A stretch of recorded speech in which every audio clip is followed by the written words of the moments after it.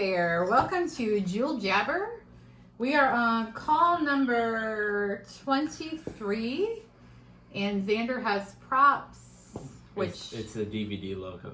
It will hit the corner sometime. Oh, okay. Oh, yeah. So... Yeah. It's going to do it. It's our office. It's just covered. No. It's our office tribute. So, okay, so we are on call number 23, so let's dial him up.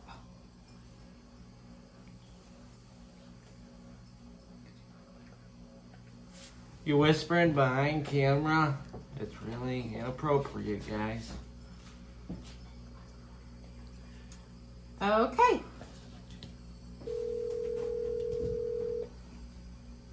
Hello. Hi, George. How are you? Good. Good. Well, welcome to Jewell Jabber. I've been looking forward to your call. Have you? Nice. Good. Good. I've been studying up on my whole life just in case you have to ask tough questions. Oh, wow. Then I better get some good questions ready then. Hey. Now wait, it wasn't like a near-death situation where your whole life flashed in front of you, was it? It didn't really flash, but I've been going over several things in my Okay, mind. good. Okay. Wow. Prepping for the interview. Nice. Okay. Well, we will start it off. So Jax has the first question. So here you go. Okay.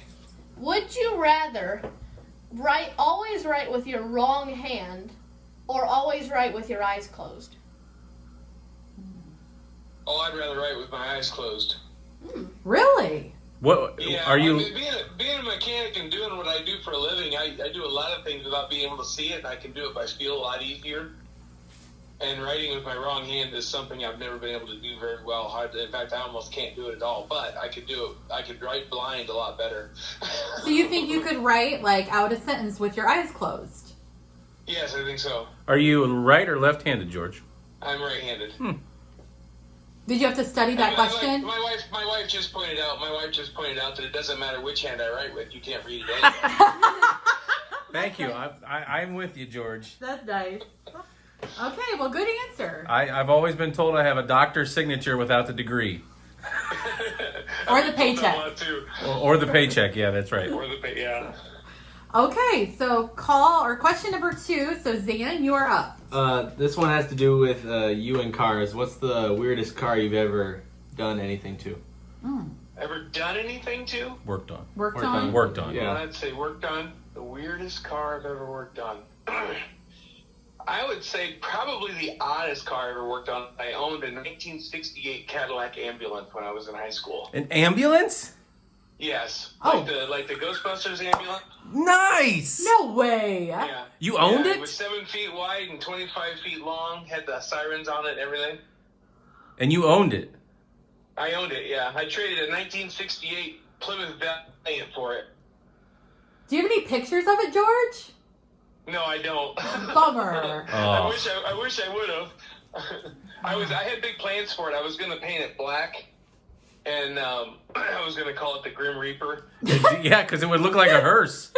Yeah, but the bad thing was I lived in a trailer court, and they didn't want me parking it there because they said it looked bad parked in front of the trailer. And I parked it across the street at the neighbor's house, and then he only let me park it there for a week. So then I took it to school, and I parked it in the school parking lot for a while, and then the principal of the school came up to me one day and asked if that was my ambulance parked out in the parking lot, and I had to say yes, and he asked me how long it was going to be there, so I just sold it to somebody just to get rid of it. Aww. Man, that would have been cool. I just Yeah, got that thing had you talk about the weirdest thing I ever did was I didn't have a lot of experience at that time with cars and stuff, and this thing had a giant generator on it because it had all the lights and everything in it, and when I first got it, it wouldn't charge the battery. So then I got the battery to charge, but the problem was the regulator was messed up on it, and so it would put like 60 amps in the battery all the time. So I drove it 2 miles to the school, and by the time I got to the school, the battery almost exploded. Oh, my. Nice. Maybe it was better that you sold it then. Probably. But that's probably the oddest car I've ever worked on. I just got the visual in my head of like you at school and coming over the loudspeaker with the owner of the ambulance, please come to the principal's office. Yeah. He just kind of walked up behind me and put his arm around my shoulder and said, Mr. Schaefer, I understand that's your ambulance in the parking lot. Nice. Wow, that's interesting. That's great. So, okay, good answer there. So, George, it's my turn to ask you a question. And this is something that, I've heard a lot of people say that you say this. I've heard you say it. But I want to know what it really means to you, because a lot of times when I'm having a rough day, this thought will come to mind. But I want our viewers to hear what it really means to you. So, when you say happiness is an inside job, what does that really mean to you? Well, you hear people all the time say things like, you make me mad, or you make me so angry, or you make me this, or you make me that. I just decided a long time ago that you can't make me do anything. And it kind of goes back to another attitude of I decided a long time ago I wasn't going to allow somebody to intimidate me either. So it kind of goes hand in hand with that. The same way you can't intimidate me, you can't make me angry unless I allow myself to be angry. Yeah. You can't make me sad if I can control that. You know what I mean? I mean, I understand that people are gonna be sad, but it's truly an inside job. So if I choose to be happy or whether I don't, you know what I mean? Yep. And that's what it means to me. It's truly happiness is an inside job. I can't rely on my wife to make me happy. I can't rely on the people around me to make me happy. I can't rely on the money I have to make me happy. Happiness comes from within. Yeah. And it's the same way with like I said, you can't. When I hear somebody say, I'll hear somebody say this. My kid, it drives them nuts when I say this, because one will say to the other, "You make me so mad." They can't make you mad unless you want to be mad. Yep. That's and that's true. what it means to me. Yeah, that's cool. They're very cool. I love that. I just love that statement, and every time it comes to mind, I think of you and smile, because it's so true. And yeah, we are in control of our own emotions. And yeah, I think that some people don't realize that or don't want to realize that. So yeah, that's Correct. Cool. Okay. And interesting enough, you say we're in control of our own emotions. That's one of the biggest things. That's part of the fruit of the spirit, is self-control. Yep. And I've heard somebody make a statement one time, well, I can't control the way I feel. Well, if you can't control the way you feel, who can? Yeah. Very cool. Good. Okay, well, thank you. Well, Rye has the fourth and final question for you. Okay. All right, George. So I don't think anybody has ever said that you have ever been shy in your life. My question is, have you ever? I mean, even as a kid, were you always this outgoing and willing to talk to anybody? I've always wondered that about you, because I think the first time I met you, you were already married, and I think when I first met you at it would have been Countryside, and I don't ever remember you being shy. Were you ever a shy kid at all?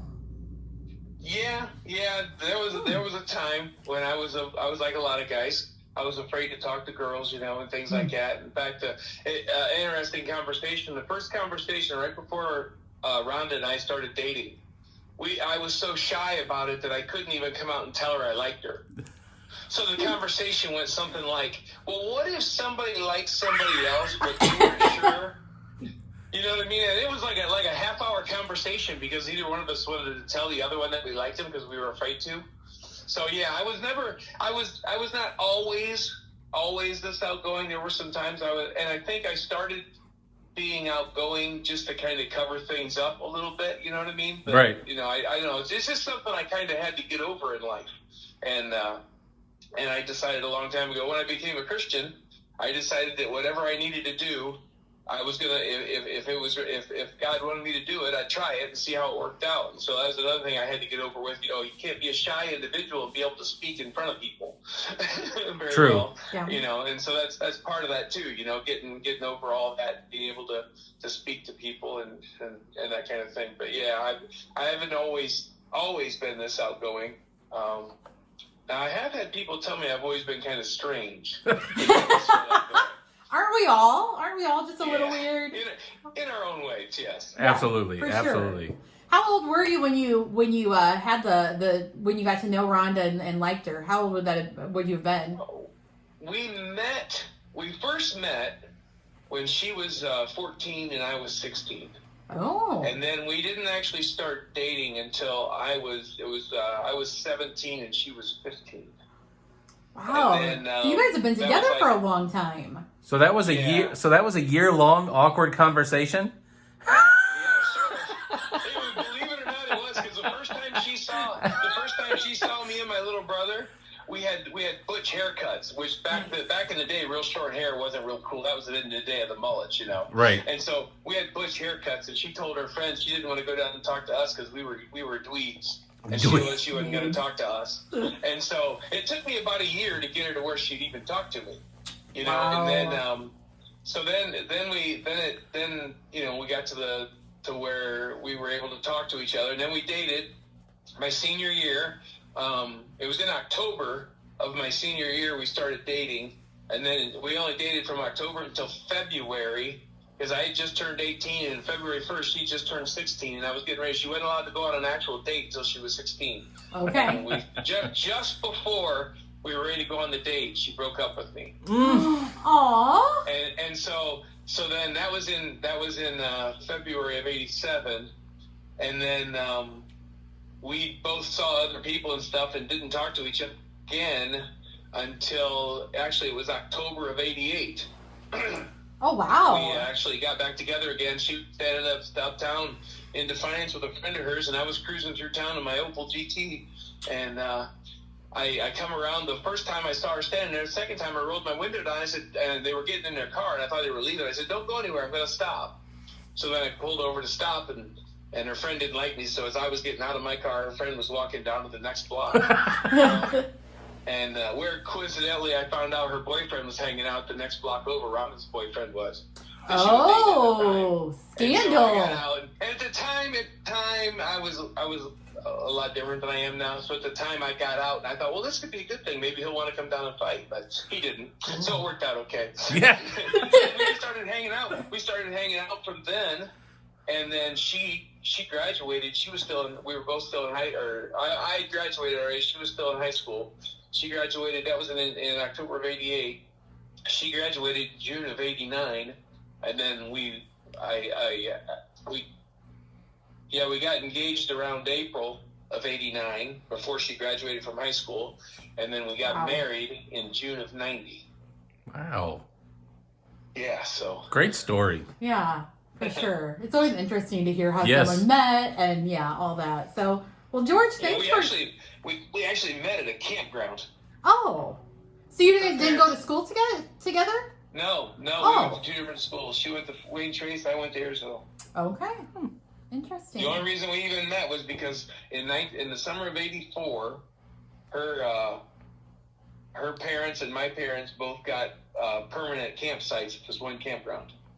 Nice. And so that's how we met each other. That first summer, she didn't even talk to me at all. So it would be that was the summer of '84. Summer of '85, then I was I got her to where she'd actually talk to me, and she still thought I was kind of a dweeb. But then I joined football in '85 and '86. I played football. And I think she liked the way it made me look. Oh, yeah. The football practice Oh, yeah. and stuff, getting buff, you know. Yep. And so then by the time I was a senior, I think I had her hooked. There you go. You had her ever since. There you go, George. Yeah. Well, good deal. Well, thanks so much for talking to us today. How are you guys doing over there? Well, we're hanging in there. My shop is cleaner now than I've seen it in years. Nice. Because I Hey. had so much time to clean it. Nice. Well, that's good. And just, How are you guys? How are you guys faring? I get to see you on Facebook sometimes on these calls, and sometimes you go live and things like that. But Yep, we're doing good. I mean, we're ready. We're definitely ready for it to be done. We're ready to be back to normal. That's for sure. I think everybody is. Yeah, I was thinking about you guys the other day when I was downloading that Shmool Yes. app. Yep. So I downloaded it the other day, and I saw some other apps, some karaoke apps, and I thought, you know what? I was thinking about you guys having your party. You said there was going to be karaoke there. One of my favorite games to ever play on Xbox was Karaoke Revolution. I've never played that, but everybody's always told me about that. Oh, it was a lot of fun. You need to try the Smule app. There's a lot of good songs on there, and I did send you some, so you have to check it out. Oh, I will have to check it out, yeah. Because I got on there, and I haven't figured out how to do the video part yet. Okay. But Man and I were messing with it a little bit. We did figure out how to do the timing and stuff on it. So that's kind of cool. That's a neat thing. Yeah, for sure. Well, George, thanks so much for talking with us today. You guys stay healthy, take care. We can't wait till we can see you again. But until then, like we said, just stay safe. And I wanted to thank you for stopping out and bringing us that hug the other day, too. That For was sure. a surprise. For sure, yeah. We were heading out to Sonic, and we were like, okay, who's on our way? That way. So we were like, oh, George and Rhonda live out that way. So yeah, we were excited to see you guys, and just to see people is so. It's amazing, yeah. Yeah, it's just, man, you just miss them so much more. But yeah. Oh yeah. Well, you that guys. was cool anyway. So. Cool. Well, you hang in there, and we'll see you soon. Okay. Okay. Thanks, George. Bye, George. Bye. Bye. Roll the credits!